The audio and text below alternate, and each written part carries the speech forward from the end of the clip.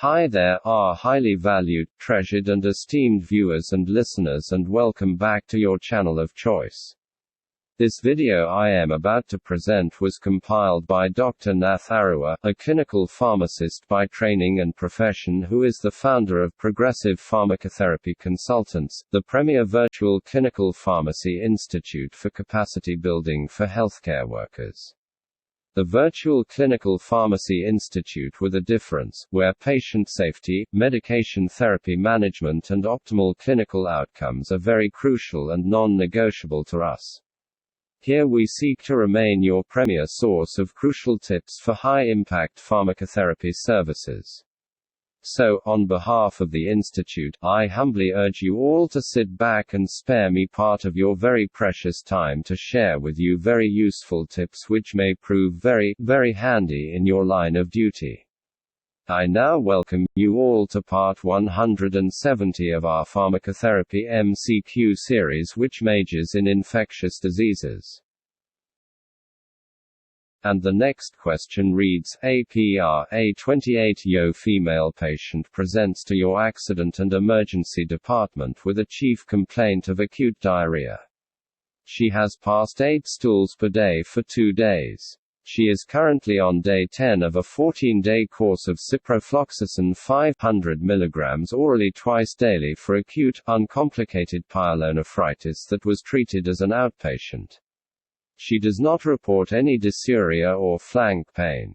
Her initial labs include a WBC of 16.1 times 10 power 3 cells per millimeter cubed, hemoglobin of 11.8 grams per deciliter, hematocrit of 34.5 grams per deciliter, a platelet count of 278 cells per millimeter cubed, sodium levels of 140 milliequivalents per liter, potassium levels of 4.7 milliequivalents per liter, chloride of 108 milliequivalents per liter, bicarbonate of 18 milliequivalents per liter, a serum creatinine of 1.7 mg per deciliter. At baseline it was 1.0 mg per deciliter, a BUN of 33 grams per deciliter. Her pertinent vitals include a blood pressure of 110 systolic and 70 diastolic, a body temperature of 37.8 degrees Celsius, a heart rate of 88 beats per minute and a respiratory rate of 22 breaths per minute and an SaO2 96% on room air. She has no significant past medical history. She is allergic to azithromycin and the last time she took it she developed hives. On abdominal examination, she has no distension with some rebound pain. Her current medications in addition to ciprofloxacin include a multivitamin, and a progesterone-based oral contraceptives. A stool sample is sent for molecular testing using a rapid multiplex gastrointestinal GI panel. Basing on APR's presentation, which of the following best depicts the disease severity category for APR? Is it A. There is insufficient information to classify, or B. Critically ill, or C. Severe, or is it D. Mild? I will give you 10 seconds to choose the correct answer to this question from the listed options.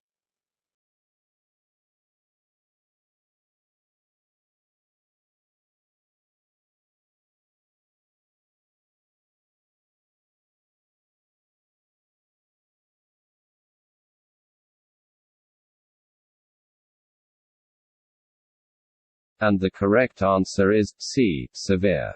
According to the 2010 IDSA/SHEA guideline definition of severe, this patient, given her elevated serum creatinine greater than 1.5 mg per deciliter and elevated WBCs greater than 15 times 10 power 3 cells per millimeter cubed, would be classified as having severe disease. That makes answer B correct and answers A and D incorrect. An increase in either serum creatinine or WBCs would classify the patient as severe. The lack of distension on abdominal examination and stable vital signs rule out critical illness. That makes answer B incorrect. Please advance to the next question. And the next question reads, which of the following is the best empiric management strategy for APR, with suspected CDI? Is it A. metronidazole 500 mg or 400 mg orally thrice daily plus bezlotoxumab weight-based injection times 1 dose, or B. fidaxomicin 200 mg orally twice daily, or C. vancomycin 125 mg orally 4 times daily, or D. metronidazole 500 mg or 400 mg orally thrice daily. I will give you 10 seconds to choose the correct answer to this question from the listed options.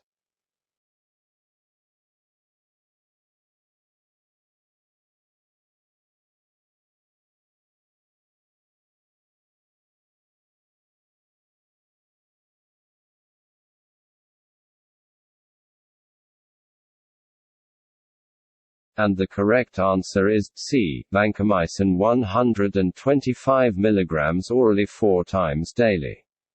Vancomycin, answer C, should be considered a first-line therapy in this patient, especially because of the severe disease. Vancomycin therapy is associated with improved clinical outcomes when compared to metronidazole in severe disease and comparable clinical cure when compared to fidaxomicin. Answer D. Metronidazole is incorrect because this patient has severe disease, and metronidazole is not preferred therapy for severe disease. Although answer B, fidaxomicin could be a choice, especially given the concomitant antibiotics, a more logical approach might be to discontinue ciprofloxacin. She has already received 10 days for an uncomplicated pyelonephritis with symptom resolution. In addition, the patient reports an azithromycin allergy, hives, which could place her at low risk of cross-reactivity with fidaxomicin. That makes answer B incorrect. Answer A is incorrect because metronidazole is not recommended in patients with severe disease. Although bezlotoxumab could be considered to reduce the risk of recurrence, if concomitant antibiotics are discontinued initially, her risk is relatively low by comparison, and bezlotoxumab may be reserved. Please proceed to the next question. And the next question reads, ALK, a 78-year-old female patient presents to the primary care clinic with a chief complaint of severe, non-bloody diarrhea. She has so far had 9 episodes in the past 24 hours. She has a past medical history significant for estrogen-positive breast cancer, for which she currently remains on oral chemotherapy, hypertension, dyslipidemia, and prior episodes of CDI 5 months ago for which she received 14 days of metronidazole and 3 months ago she received 18 days of vancomycin. Her current meds in addition to oral chemotherapy include lisinopril 10 mg daily, esomeprazole 20 mg daily, which she bought over the counter, atorvastatin 20 mg at night, calcium citrate plus vitamin D when prompted. She also indicates she has been taking ginseng regularly over the past 3 months. The clinic team decides to transport her to the emergency department for a workup and possible admission.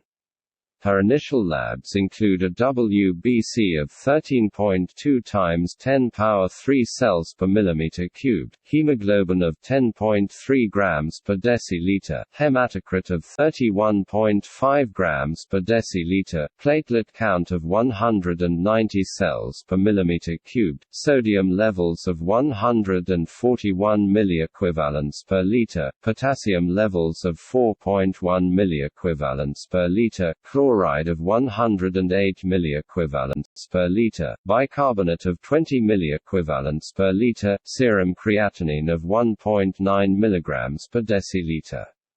At baseline it was 1.0 mg per deciliter, a BUN 36 grams per deciliter, albumin of 3.2 grams per deciliter. Her pertinent vitals include a blood pressure of 108 systolic and 65 diastolic, a body temperature of 37.5 degrees Celsius, a heart rate of 88 beats per minute, a respiratory rate of 20 breaths per minute, an SaO2 of 98% on room air. She has no known drug or food allergies. A Clostridioides difficile toxin A and B assay is pending. She will be admitted to the oncology ward.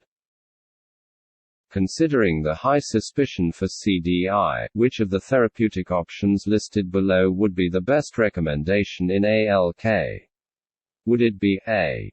Metronidazole 500 mg or 400 mg orally thrice daily plus vancomycin 125 mg orally 4 times daily, or B. Fidaxomicin 200 mg orally twice daily, or C. Vancomycin 125 mg orally 4 times daily, followed by pulsed dosing over 8 weeks, or would it be D. 500 mg or 400 mg orally thrice daily? I will give you 10 seconds to choose the correct answer to this question from the listed options.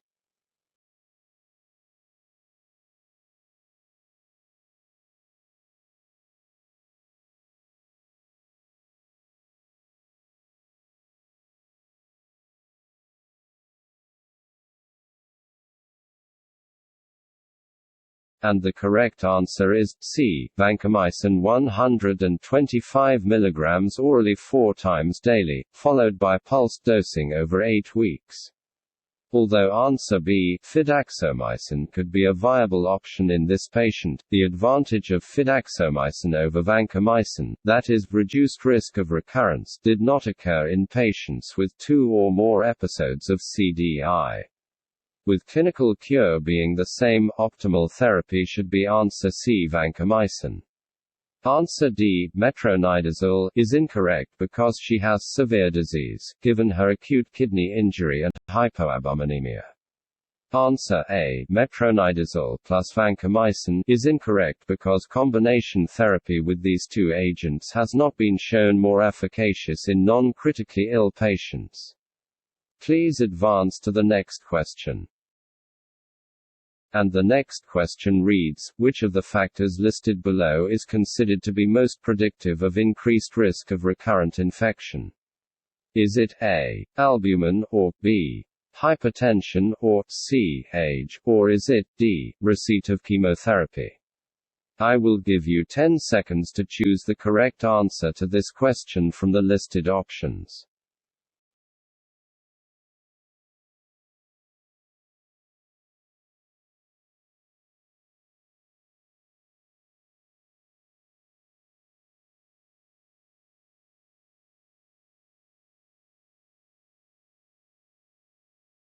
And the correct answer is C. age. Age greater than 65 is consistently associated with increased risk of recurrence. Concomitant antibiotics are also consistently associated with higher risk of recurrence. These are thought to be two of the strongest predictors. Answer D is incorrect because while recurrence has been shown in limited studies to be higher in cancer patients receiving chemotherapy, it would be contributory risk but not the strongest factor in this patient. In contrast, some studies have only linked increased risk of non-CDI diarrhea in patients receiving chemotherapy. Hypoalbuminemia, answer A, is a predictor of poor outcomes but has not been linked as a strong predictor of recurrence. Multiple comorbidities as measured through the Horn Index has been shown to be predictive of recurrence, however hypertension, answer B, as a single comorbid condition is not strongly associated. Please advance to the next question. And the next question reads, which of the additional management recommendations listed below would be best to further reduce this patient's risk of CDI recurrence? Would it be A. discontinue esomeprazole and give a single dose of weight-based bezlotoxumab on day 14 of vancomycin therapy, or B. discontinue ginseng and provide yogurt-based dietary plan, or C. discontinue esomeprazole and initiate vancomycin taper over 6 weeks after completion of 14-day course, or would it be D. discontinue esomeprazole and initiate Lactobacillus acidophilus probiotic once daily after initial vancomycin 14-day course of therapy? I will give you 10 seconds to choose the correct answer to this question from the listed options.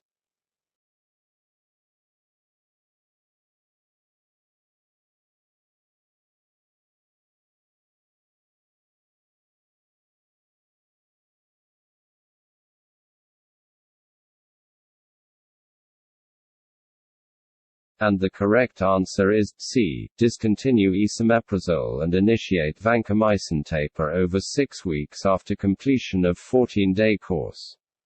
Answer C, that is discontinue esomeprazole and initiate vancomycin taper over 6 weeks after completion of 14-day course, is correct.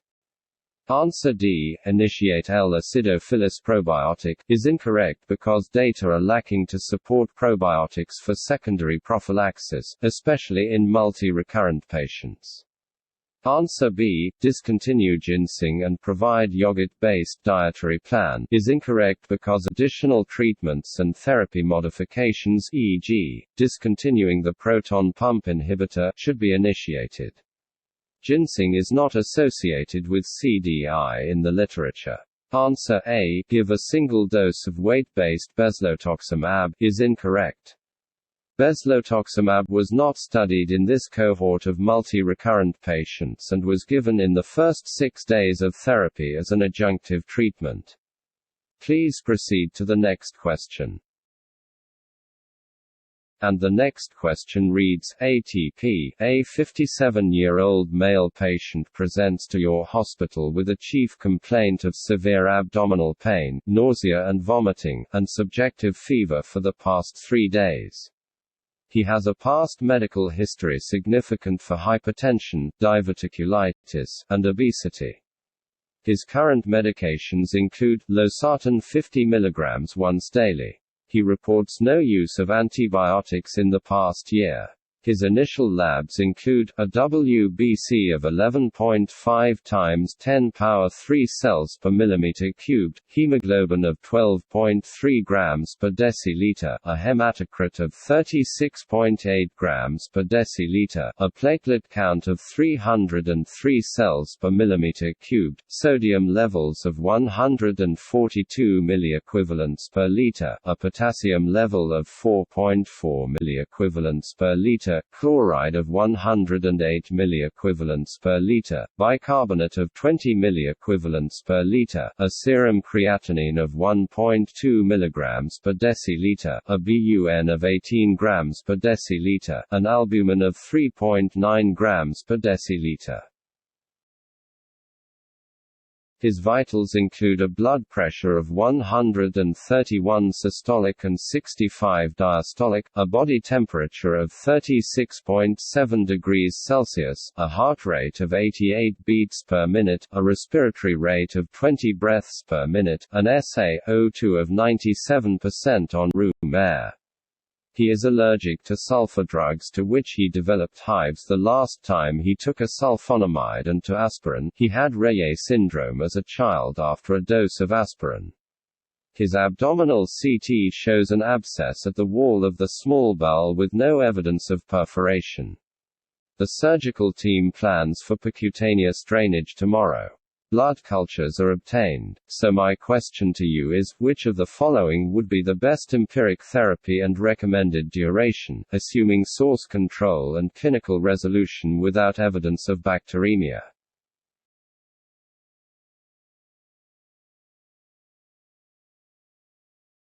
Would it be A. levofloxacin 750 mg IV once daily for 4 days, the route may be changed to oral when stable, or B.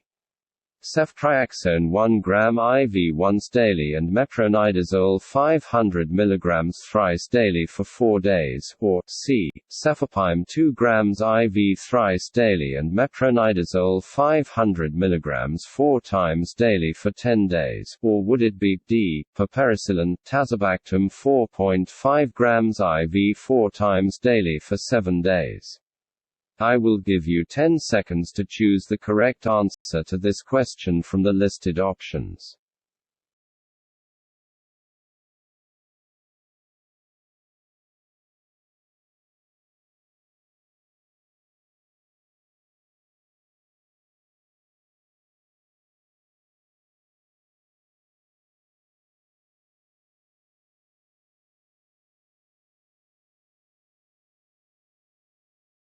And the correct answer is B. Ceftriaxone 1 gram IV every 24 hours and metronidazole 500 mg or 400 mg thrice daily for 4 days. Answer B is correct. Ceftriaxone plus metronidazole is appropriate for gram-negative enterics and anaerobic coverage for community-onset intra-abdominal infection (IAI). Short-course therapy of 4 days was appropriate in the STOP-IT trial, 4 days, assuming source control and no disseminated disease. Antipseudomonal therapy is not indicated. That makes answers D and C incorrect because this is community-onset IAI without specific risk factors for resistant gram-negative pathogens. Levofloxacin monotherapy, in answer A, would not be optimal, given the risk of anaerobes. Please proceed to the next question. And the next question reads, TAM, a 24-year-old otherwise healthy female patient was referred to your accident and emergency department from the health clinic at the university for suspected appendicitis. She has severe abdominal pain, initially umbilical but now radiating to the right lower quadrant, and a single episode of vomiting last night while studying for final exams. She has a remote history of methicillin-resistant Staphylococcus aureus MRSA acute bacterial skin and soft tissue infection as a child but no other medical history of note. Her home medications include PRN caffeine tablets and PRN ibuprofen, typically 1 or 2 doses each week. She has taken 800 mg over the past 24 hours. Her initial labs include a WBC of 16.2 times 10 power 3 cells per millimeter cubed, hemoglobin of 13.3 grams per deciliter, a hematocrit of 39.5 grams per deciliter, a platelet count of 403 cells per millimeter cubed, sodium levels of 140 milliequivalents per liter, potassium levels of 4.0 milliequivalents per liter, chloride of 108 milliequivalents per liter, bicarbonate of 20 milliequivalents per liter, a serum creatinine of 1.1 mg per deciliter, a BUN of 16 grams per deciliter, and an albumin of 4.2 grams per deciliter. Her vitals include a blood pressure of 142 systolic and 88 diastolic, a body temperature of 36.7 degrees Celsius, a heart rate of 72 beats per minute, a respiratory rate of 20 breaths per minute, an SaO2 of 99% on room air. Her MRSA nasal PCR returns positive. According to imaging, the appendix does not appear to have ruptured, and no abscess is visualized. The patient is reluctant to go to OR and would like to avoid surgery, if possible. So my question to you is, which of the following would be the most appropriate antimicrobial recommendation for TAM? Would it be A. Ampicillin, sulbactam 3 grams IV 4 times daily for 3 days, followed by co-amoxiclav 875/125 mg orally thrice daily to complete 14 days, or B. Ertapenem 1000 mg IV once daily plus linezolid 600 mg IV twice daily? Ertapenem to be de-escalated to oral moxifloxacin when able to tolerate oral therapy to complete 14 days, or C. Piperacillin, tazobactam 3.375 grams IV thrice daily, infused over 4 hours for 5 days, or would it be D. Levofloxacin 500 mg IV once daily plus metronidazole 500 mg IV thrice daily, may change to oral when tolerating for 10 days. I will give you 10 seconds to choose the correct answer to this question from the listed options.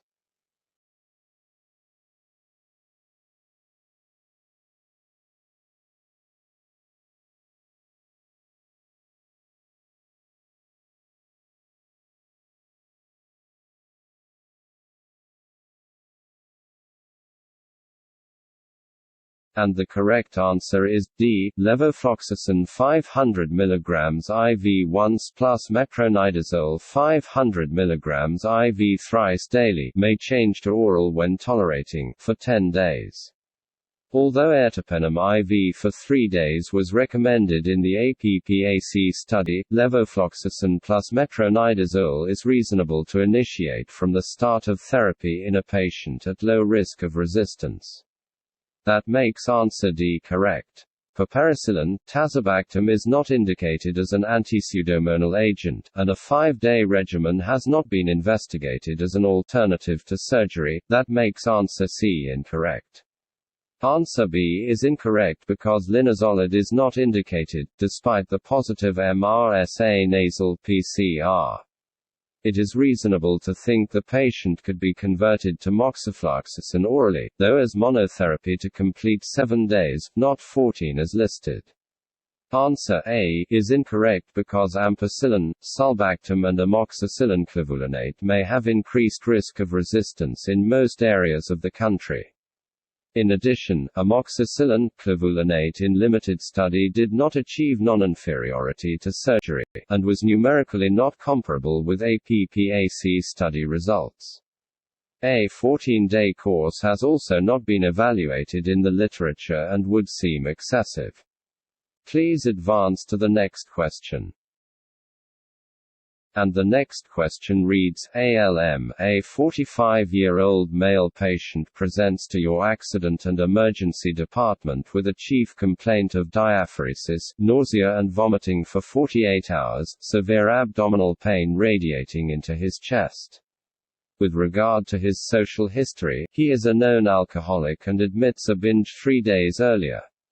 A diagnosis of dyslipidemia was made, but he currently takes no medications.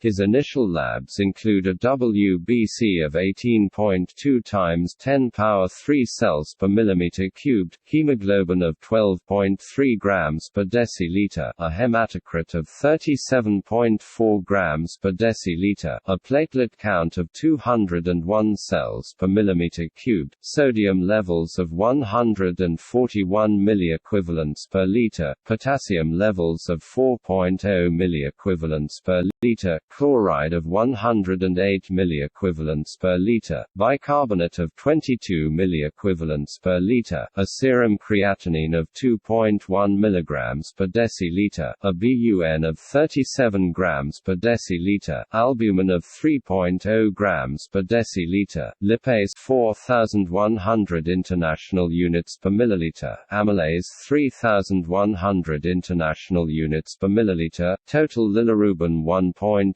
per deciliter, aspartate aminotransferase 158 international units per milliliter, and alanine aminotransferase 90 international units per milliliter.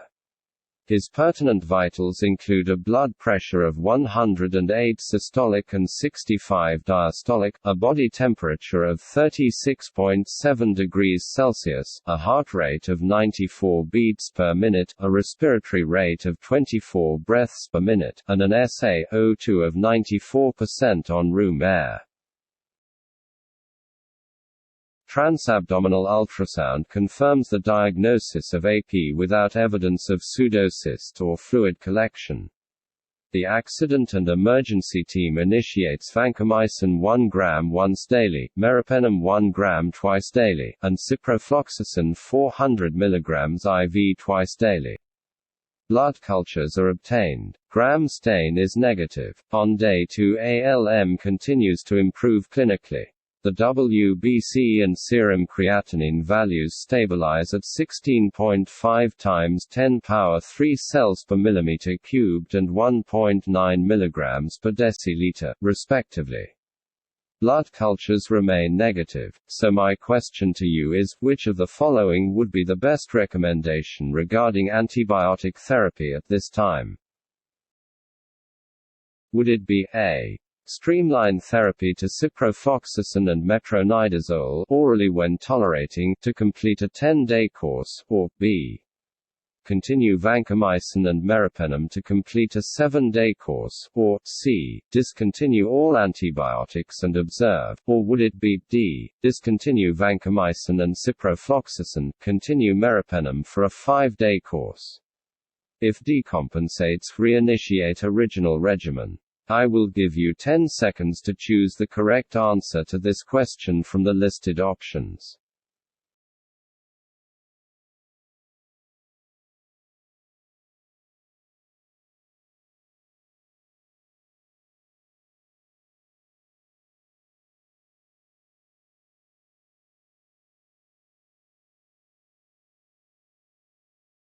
And the correct answer is C. Discontinue all antibiotics and observe. Answers D, B, and A are incorrect. There is no evidence of pancreatic necrosis with infection to indicate the need for antibiotics. Patients often present with many systemic inflammatory response syndrome criteria during AP, thus, initiating antibiotics before confirming the diagnosis may be reasonable and thus appropriate. That makes answer C correct. Continuing broad-spectrum therapy without evidence of infection with necrosis places the patient at risk of antibiotic-associated adverse drug events. Please advance to the next question.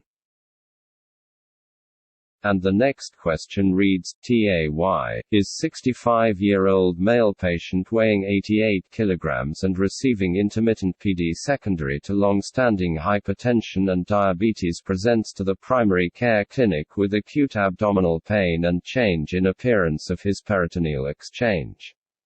His current medications include amlodipine 10 mg orally once daily, lisinopril 20 mg orally once daily, insulin glargine 40 units every morning with 3 units of Lispro with meals, a renal vitamin, and ranitidine 75 mg daily.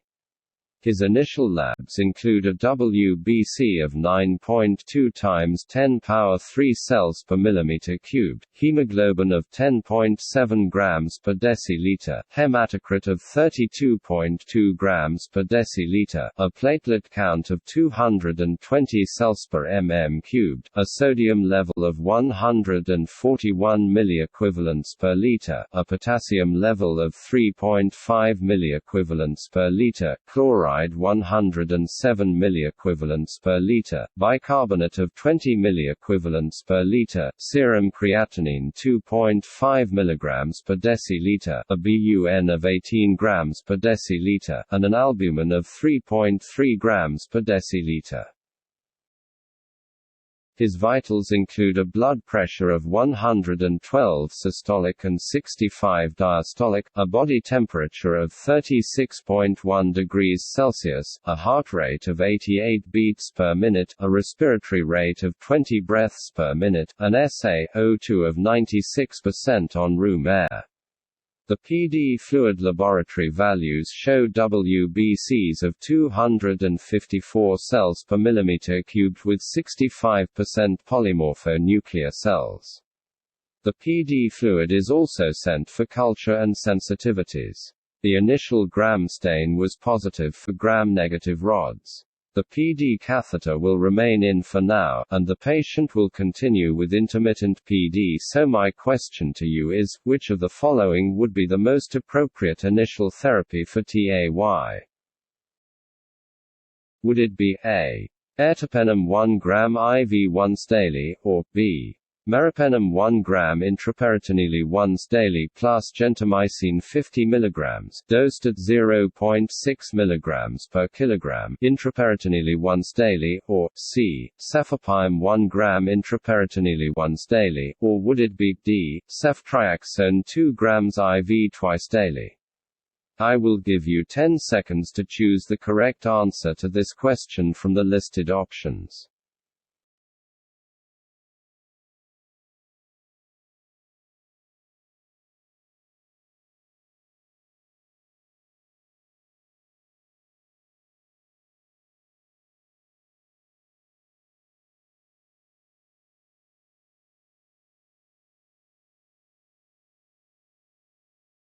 And the correct answer is C. Cefepime 1 gram intraperitoneally once daily. Answer C. Cefepime is correct.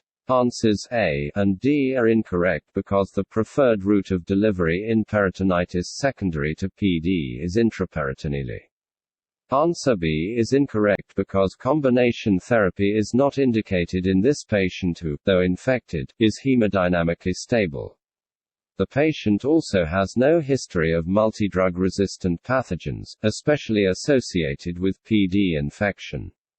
The PD catheter will likely need to be removed, especially if this infection proves to be a non-lactose fermenter or potentially multidrug resistant.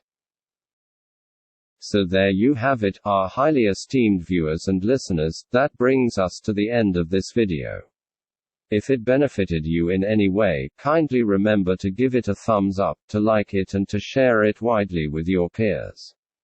Please leave your comments at the bottom. And if you haven't yet done so, I humbly urge you to subscribe to our YouTube channel. I would like to promise you all that the very, very best is yet to come. Thank you very much for viewing this video. On behalf of our senior colleague, Dr. Nath Arua, I sincerely appreciate your partnership, continued support and kind collaboration. We look forward to interacting with you in the next video, which will be part 171.